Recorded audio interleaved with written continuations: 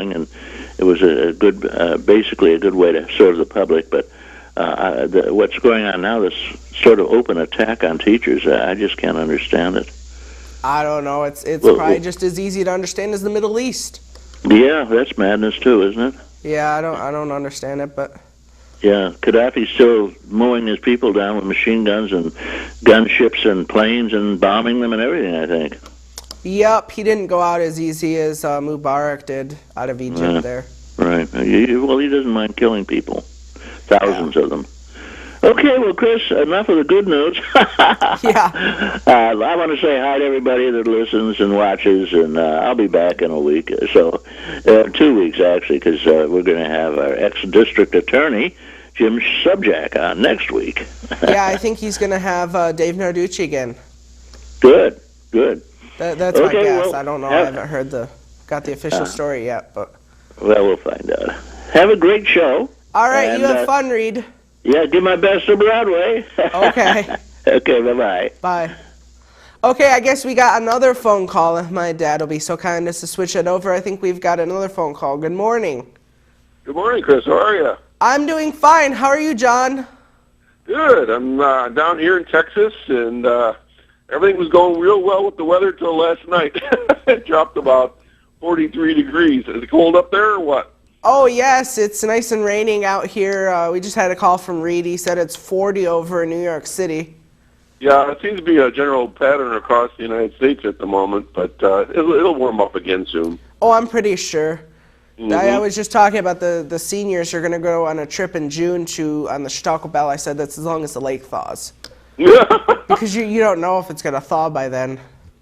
But that's a nice ride on the lake with the Chautauqua Belle. It's real pretty. It's a wonderful ride. Yeah, I've been on it myself. Went on it many times. Mm-hmm. So Reed's in New York, and he's ready to go hit the Bahamas, huh? Oh, yeah, he's going to go down. He's going to surpass where you are and go way on down. Uh-huh. So, besides that, how's Texas? Texas has been awesome. Did you happen to get the picture I sent you? Yeah, I think so. I think he just popped it up there. Okay. Well, the other day I went on one of my little field trips, I call them when I'm down here. Everybody else is out shopping. I go on field trips. And this is a particular area north of where I am called Paris. And it's really a wonderful area as far as sightseeing and getting out and just seeing Americana, Chris. If, people, when the spring comes, they all go to Florida and that sort of thing. And if you don't particularly like beaches, Texas has a lot to offer, whether it's Western cuisine, Tex-Mex food, if you like just checking out history, the Alamo, all those kinds of things. It's really cool down here. And that particular picture I sent you is from Paris, not in France, but Paris, Texas.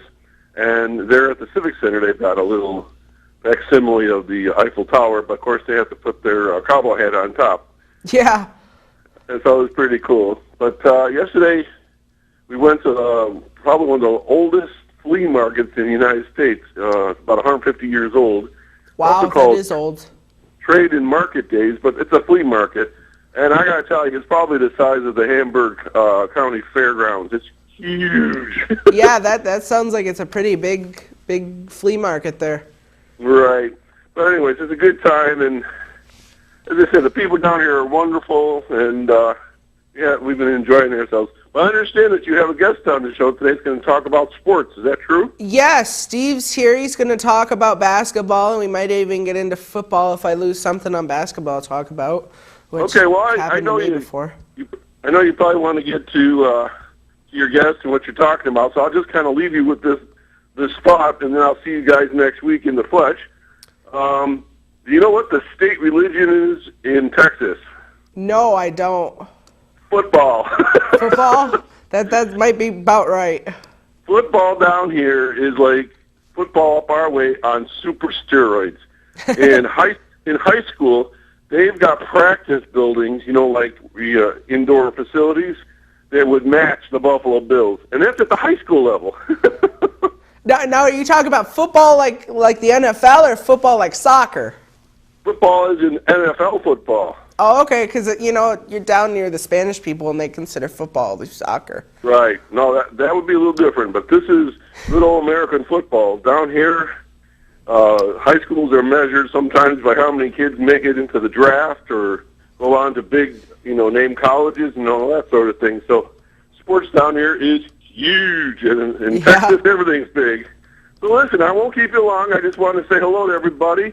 We're enjoying our time in Texas, and we'll be home earlier this week coming up, and I'll see you next week at 9 o'clock. All righty. I think you'll have Jim Subject as the guest host next week to ramble on with. So have fun.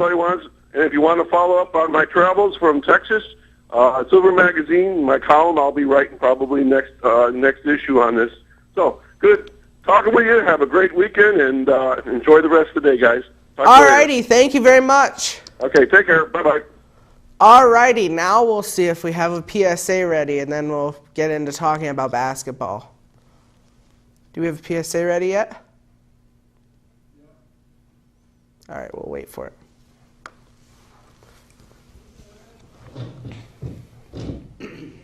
Let's show them in, got it! When you feel like your nose needs to give it at you, this is how you act, this is what you do. Lift your arm up high, bend it toward your face. Sneeze right there in the bendy place. Achoo! Achoo! You can do it with ease. Achoo! Achoo! That's the right way to sneeze. Thank you. To learn more about preventing flu, visit flu.gov.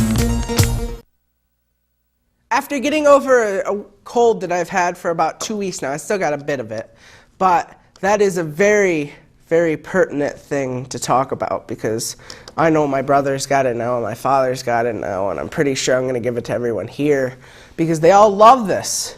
But anyways, if we try to just prevent it, they always said in my health class, the simplest thing to do is wash your hands. That's the biggest preventative thing that you can do. But now we have Steve Keyser here. We're going to talk about basketball. And if you didn't realize, we had filmed a good portion of games. I'm not quite sure the exact number, but we filmed both boys and girls games at Chautauqua Lake, Brockton, Sherman, Ripley, and Westfield. Not necessarily in alphabetical order because C doesn't come before B. But anyways... and we filmed them, and we put them on Channel 5 for people to see. We just filmed one last week, I believe. We filmed a playoff game between Chautauqua Lake and Westfield, which was a very tense game, especially considering that it came down to 1 point for the game. So what we're going to do is welcome Steve here. Morning, Chris. Thanks for having me. Let's start by just telling about yourself just a bit, give people an idea. Okay. Basically, I worked with you guys, 2-3 years ago when the studio was still at Chautauqua Lake. My wife's a teacher. She teaches TV productions up there. So I helped you guys out, did, I believe, an alumni basketball game. And when I saw you guys were looking for somebody, I figured I'd help you out. Yeah, we've done a lot of games so far. We've done several at Ripley and several at Brockton and Chautauqua Lake, and with Chautauqua Lake being the most, but not by necessarily choice. Some of those games came up last minute, but and then we went over to Westfield one time. That was due to some weather that we didn't go the other 2 times. We tried to do games, I think 3 at each school, but we didn't necessarily get there. We got more at some schools, but that's expected. Yes. A lot of last minute changes, weather changes, because we love the weather up here, right? Oh, it's great. And everybody else calling in about 40 degrees. It's about, we're watching flash flood warnings here today up here in Chautauqua County. So. Yeah, I know just outside our trailer at our house, lots of flooding going on, and we're going down a hill, so it makes it even worse. Oh, yeah. Yeah. So, let's start talking a little bit about basketball and a little bit about different things that you can get called for, fouls and stuff like that. Let's start with an over and back violation. I know this is one that's stuck in my mind the entire time. I asked you one time at Ripley or something to elaborate on what an over and back violation is, but just for some fun, let's explain what an over and back violation really is. I believe that game we had throughout the season we had I had about 3-4 guests on. Some of them were referees. That day we had Bob Bankowski. He explained it a little bit. Once the offensive team crosses half court, they They cannot go back to the other side of the court unless the defense, tips it out or something like that. They cannot go back on that other half of court on their own. Okay. What's the difference? What is necessarily the difference between an assist and a block? An assist is basically the person who passes. It's the pass before the basket. So basically, yeah, it's a pass before the basket. It's a pass prior before the basket. Okay. And then a block would be just someone who throws their arm up or something? Yeah, basically, as in defensive block, yeah, that would just be, basically rejecting the basketball from going in the bucket. Okay. I know there's several types of fouls, and my dad has some sort of peeve against this. He thinks that they call a foul on every single play, which is, almost like football, where they, every down has something different with it. But there's offensive fouls, there's defensive fouls, there's technical fouls, there's just a normal foul. What's the difference between these? Basically, a defensive foul, could be anything from a block to, foul on the arm or foul on the wrist. Offensive fouls, just as it seems, comes when you have the ball and you can charge. Technical fouls, we saw a couple of those over our season. Technical foul is basically somebody gets out of line, and that's how you get them back in line. Call a technical foul. And okay. What's the difference that occurs when a foul, or what happens when a foul occurs? Do they shoot? Do they just switch the ball over? What necessarily happens in different types of fouls? Basically, there are shooting fouls and there's blocking fouls. Shooting fouls, obviously, when you're shooting, so you go to the free throw line and shoot 2 or 3 if you're behind the three-point arc. Blocking fouls, once you accumulate 7 fouls,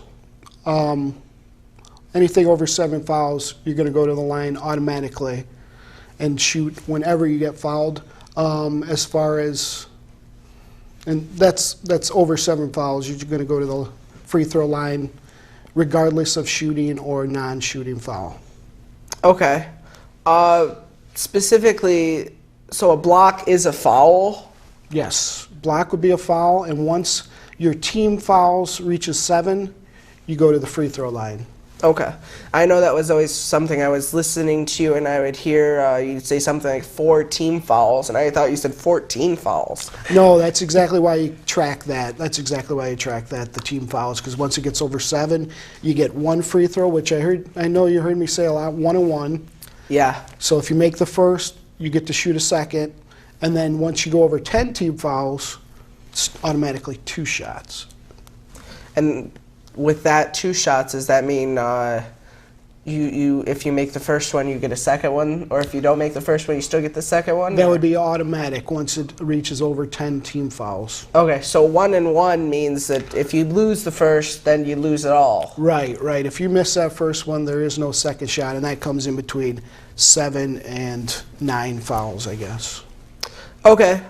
How did they classify a turnover? What necessarily is a turnover? A turnover is basically any offensive possession you have and you lose the ball. You don't get a shot off. There's a violation. So that basically, without getting the shot off, or lose possession and the ball goes the other way to the other team. Okay, so is the steal a turnover then? Steal would be a turnover. Yes. Okay. I believe so. What is a jump ball, and how do they determine who gets the ball after a jump ball occurs? A jump ball basically is both teams have their hands on the ball for, I believe it's like 2 to 3 seconds, and once that happens, like, you both have possession, so they blow the whistle, and basically it's an alternate possession. Whoever wins that first jump ball, after that, after the initial tip-off, and then it alternates. Whoever wins that one, the next team gets the next jump ball, next team